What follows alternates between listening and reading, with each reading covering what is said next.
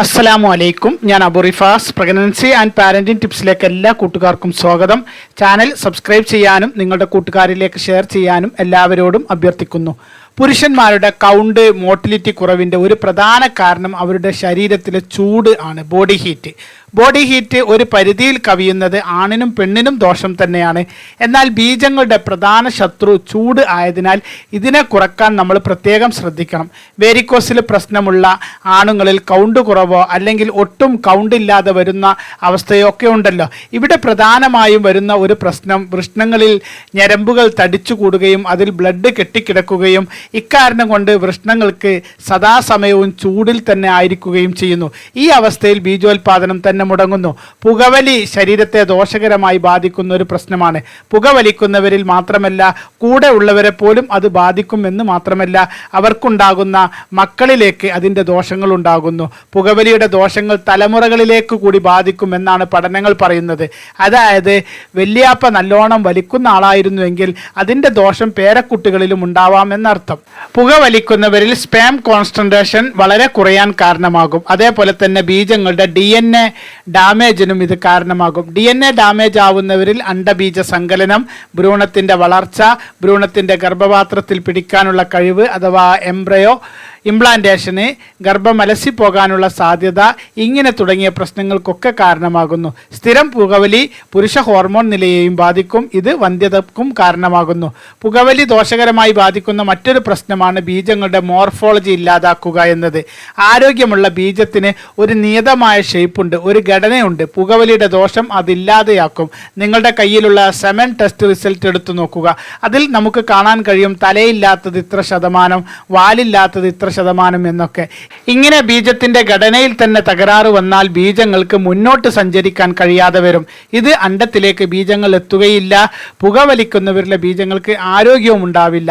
ഇതൊക്കെ ബീജ മോട്ടിലിറ്റിയും കുറക്കാൻ കാരണമാകുന്നു. ഫലമായി പുരുഷ വന്ധ്യതാ പ്രശ്നങ്ങൾ ഉണ്ടാകുന്നു.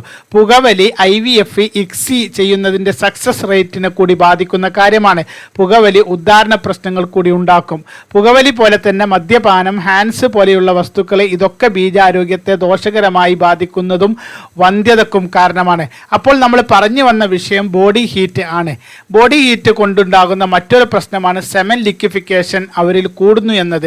സെമൻ കട്ടി കൂടുതലായിരിക്കാനുള്ള സാധ്യത ഇവരിൽ കൂടുതലാണ്. ബോഡി ഹീറ്റ് കൂടുതലുള്ളവരിൽ പൊതുവെ ദേഷ്യവും കൂടും. അസൂസ്പെർമിയ അഥവാ സീറോ കൗണ്ട് ഉള്ള മിക്ക പേരിലും ദേഷ്യം പെട്ടെന്ന് വരുന്നതായി നമുക്ക് കാണാൻ കഴിയും. ഇത് നിയന്ത്രിക്കാൻ പ്രത്യേകം ശ്രദ്ധിക്കണം. ബോഡി ഹീറ്റ് കൂടി കൗണ്ട് കുറയുന്നത് തടയാൻ ചില കാര്യങ്ങൾ പ്രത്യേകം ശ്രദ്ധിക്കുക. ടൈറ്റ് അടിവസ്ത്രങ്ങൾ ഇങ്ങനെയുള്ളവർ ഒഴിവാക്കണം. ജീൻസ്, ഇറുകിയ വസ്ത്രങ്ങൾ ഇതൊക്കെ ഒഴിവാക്കി അയഞ്ഞ വസ്ത്രങ്ങൾ ധരിക്കുക. ഏറെ നേരം ഒരേ സ്ഥലത്ത് തന്നെ ഇരിക്കരുത്. 1 മണിക്കൂർ നേരം തുടകൾ അടുപ്പിച്ച് ഒരേ ഇരുത്തം ഇരുന്നാൽ ലൈംഗിക അവയവ ഭാഗത്തെ ചൂട് 2.1 ഡിഗ്രി സെൽഷ്യസ് കൂടും. ചിലരിൽ ഇതിൽ അധികവും വരും. ഇത് TV കണ്ടിരുന്നാലും ഫോണിൽ നോക്കിയിരുന്നാലും എല്ലാം സംഭവിക്കാം.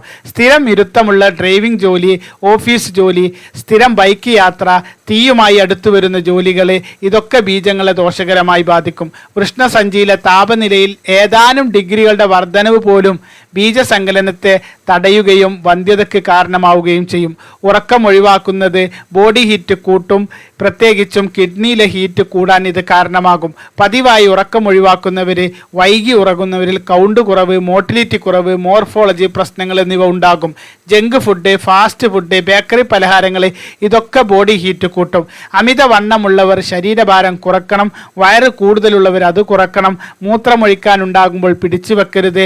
മലശോധന എളുപ്പമാക്കണം. ചെമ്മീന്, ബ്രോയിലർ കോഴി, ഉപ്പ്, ചായ, ചുവന്ന മുളക്, ട്രാൻസ് ഫാറ്റ് കൂടുതലടങ്ങിയ ഭക്ഷണങ്ങൾ ഇതൊക്കെ കുറക്കണം.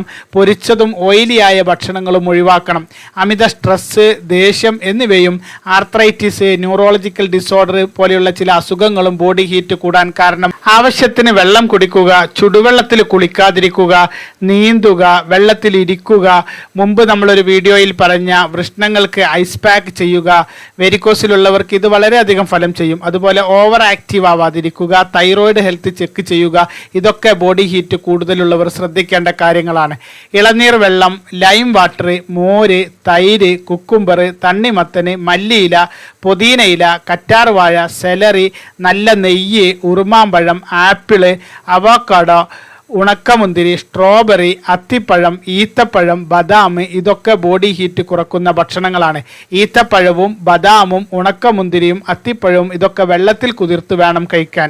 ഇതിന് പുറമെ ഉലുവ, പോപ്പി സീഡ്, മല്ലി, ഫ്ലക്സ് സീഡ്, ഇരട്ടി മധുരം, പെരിഞ്ചീരകം ഇതൊക്കെ ബോഡി ഹീറ്റ് കുറക്കും. ഉലുവ 1 സ്പൂൺ രാത്രി വെള്ളത്തിലിട്ട് വെച്ച് രാവിലെ കുടിച്ചാൽ മതി. മല്ലിയും പെരിഞ്ചീരകവും ഇതേപോലെ ചെയ്യാം. ഫ്ലക്സ് സീഡ്, പുതിന ഇല എന്നിവ മിതമായ അളവിൽ മാത്രമേ പുരുഷന്മാർ ഉപയോഗിക്കാവൂ. കോഴിമുട്ടയുടെ വെള്ള, ബ്രോക്കോളി, കോളിഫ്ലവർ, ക്യാബേജ് ഇതൊക്കെ ചൂട് കുറക്കുന്ന ഭക്ഷണങ്ങളാണ്. മൈൻഡ് എപ്പോഴും ശാന്തമായിരിക്കാൻ ശ്രദ്ധിക്കണം. അമിത പിരിമുറുക്കവും ദേഷ്യവും വെറുപ്പും ഇതൊക്കെ ശരീരത്തിലെ നോർമൽ താപനിലയെ താളം തെറ്റിക്കുമെന്നത് മറക്കരുത്. കൂടുതൽ വിശേഷങ്ങളുമായി മറ്റൊരു വീഡിയോയിൽ വരാം. എല്ലാവർക്കും നല്ലൊരു ദിവസം നേർന്നുകൊണ്ട് നിർത്തുന്നു. അസ്സലാമു അലൈക്കും വറഹ്മത്തുള്ളാഹി വബറകാതുഹു.